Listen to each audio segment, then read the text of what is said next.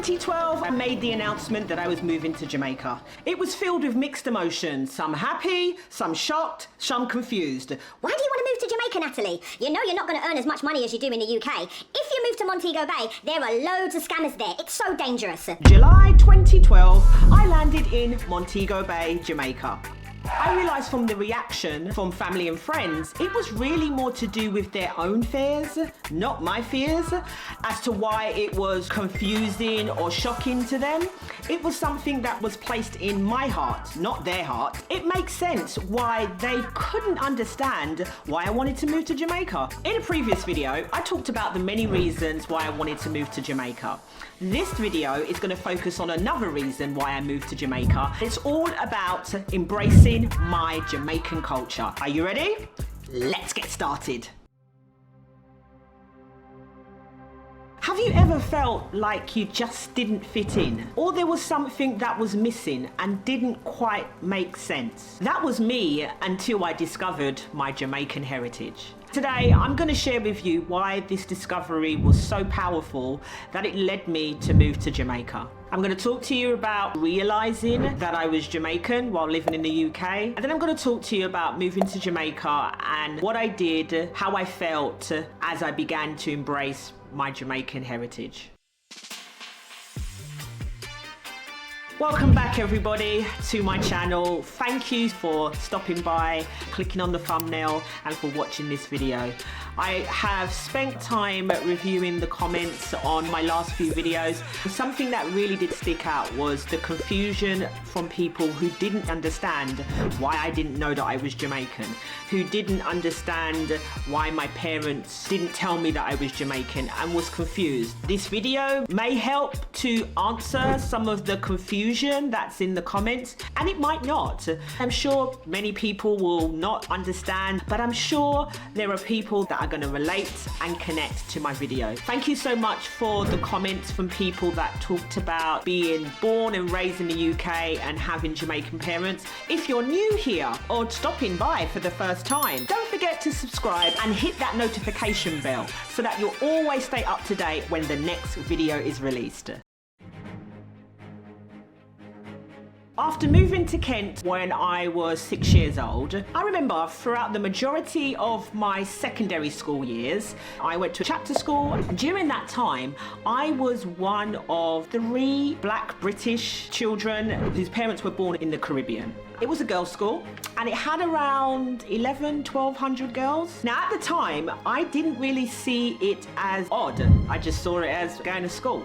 I should have sat down with my parents to seek more information and understand a bit more about why there's such a small minority of me at school. While during school, I remember friends were getting into relationships and I wasn't. Why isn't this happening? Am I not pretty? What is going on? I remember sitting with my mum crying because all my friends were having their first kiss, in their first relationship, and nothing was happening to me. It wasn't until I left school after my A-levels and then moved to London for university. I was now in a more diverse environment. There were a lot of people that looked more like me. Once I hit London, everything changed. I remember my dad, always on a Sunday, he would play Bob Marley, Dennis Brown, Gregory Isaac, as well as James Brown, Michael Bolton, and before he passed away, he started to like Beres Hammond. When I used to listen to these songs, I didn't think much of it. Oh, and I forgot, my dad also loved Al Green. How could I forget Al Green? Yeah, man, he loved him some Al Green. And I thought, these songs are just so awesome. They became part of my DNA as I was growing up. I was raised Seventh-day Adventist. I remember convention, which lasted what felt like an eternity, probably about 3 or 4 or 5 days. I remember being young and running around outside church while mum and dad and everybody else were in church praising and worshiping and singing some songs. I remember songs like, I have a new life, I have a a new life. If anybody asks you, what's the matter? Well, anyway, you know, I remember those songs. What I'm telling you now will make a lot more sense when I talk about my move to Jamaica. Let me know in the comments, any of the memories that I've just shared actually resonate with you? If you're enjoying these stories, please remember to like and subscribe and share this video with all your friends and family. I started to go partying. I started to rave it down. I started to go to nightclubs. And the first genre of music that I absolutely fell in love with was jungle. Anybody know jungle drum and bass? With jungle, they would sample vocals from dub, reggae and dancehall. So people like Supercat and Buju Banton I would hear in jungle tunes. And anything that was sampled with reggae, dancehall and dub, I absolutely loved. After a few years, I then transitioned to house and garage. Anybody heard of house and garage? Type it in the comments and let me know. Any tune that was sampled with reggae, dub or dancehall vocals or music, I would go crazy. I worked and I'd lived in Brixton while I was going to university for a little while. I started to be exposed to the Jamaican scene and Jamaican dancehall scene. As I started to get more exposed to the Jamaican scene and Jamaican culture, that is when my mum would then start talking about being Jamaican.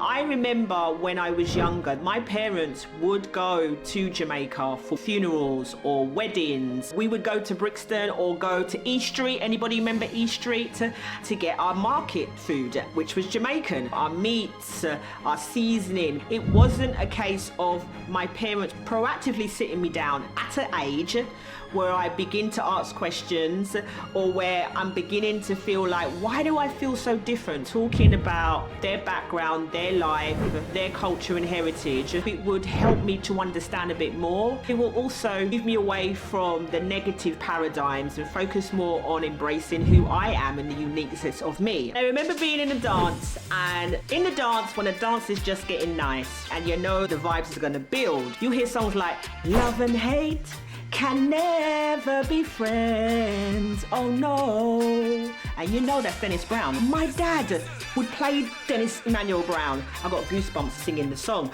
Not to mention Bob Marley tunes like there's a natural mystic flowing through the air. I was like, oh my gosh. And hear Buju Banton like what like a champion. I was like, oh my gosh. I couldn't believe the music that I had grown up on from my dad. My love of jungle music and the fact that I was so happy when I heard a reggae infused jungle tune, even when we hear it in house and garage. And then I'm coming to go to a dance, a Jamaican dance. I had a sense of yearning. I had a sense of connection to my Jamaican heritage and I didn't even know. Have you ever experienced something like that? Drop it in the comments and let me know. If you're still there, folks, drop a comment below.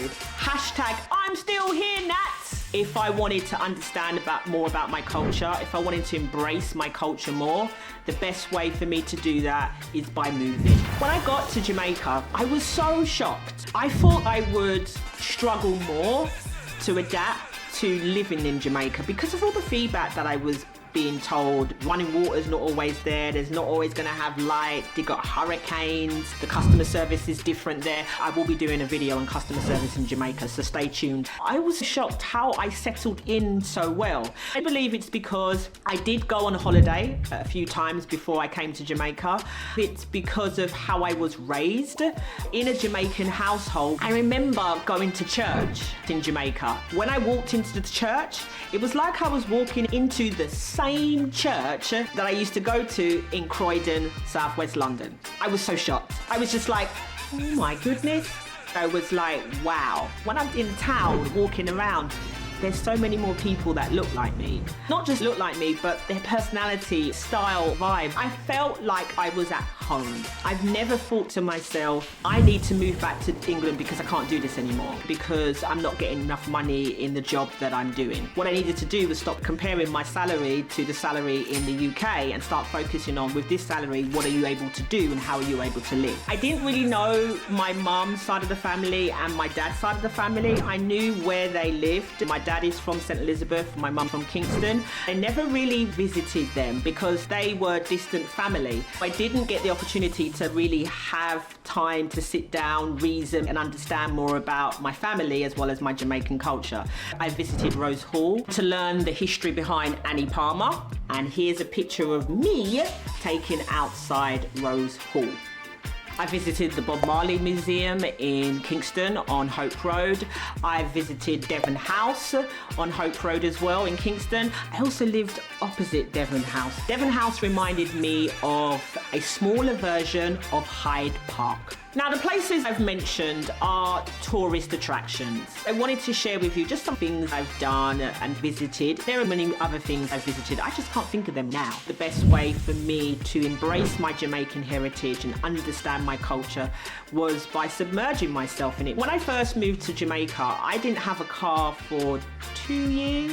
By me taking a taxi, walking to the taxi rank, getting off the taxi in Montego Bay, and then walking from the taxi to go to the market or to go to work, I was no longer insulated. If I'm in a car, I go from A to B. I get out, I go to the shop, supermarket, I go to work. Traveling by public transportation submerged me in the culture. I learned a lot how much a taxi fare is, saying to the driver, "Give me a stop, driver," making sure that I had the right change and didn't have $1,000 in my purse. And I didn't get people to do things for me. I would ask people, where's the best place to buy this? Where's the best place to go for this? Let's be very clear. When I would go to the market for the first time, usually somebody that I know, a good friend or a work colleague, would go to the market with me, because when I'm in the market and they hear my accent, they will triple the price of the mango, the papaya, the callaloo, the Irish, which is potato. Have you experienced any of the things that I've experienced? I'll put in the comments below. These are some of the ways that I went about getting to understand my heritage and understand my culture. I went to dances, festivals, I visited places that are popular and visited by tourists. I immersed myself by taking that taxi and going on the road and doing what I need to do. I'd love to hear your heritage stories. Have you ever had a moment where you felt truly connected? Drop it in the comments below. There you have it, folks. I do hope that what I shared today in this video will help with some of the people in the comments that were a little bit confused. I'm sure there are viewers out there that could connect with what I am saying and probably have had a similar experience. Drop it in the comments and tell us your story. Thank you everybody for watching this video. Make sure you give it a thumbs up. Please share, subscribe and hit that notification bell so that you will always stay up to date when the next video that I post is released and that you'll never ever miss it. Please continue to comment on these videos, continue to have conversations. I look forward to making more content for you all. Stay tuned for more exciting videos. Remember everybody, to learn, love and live. Stay blessed.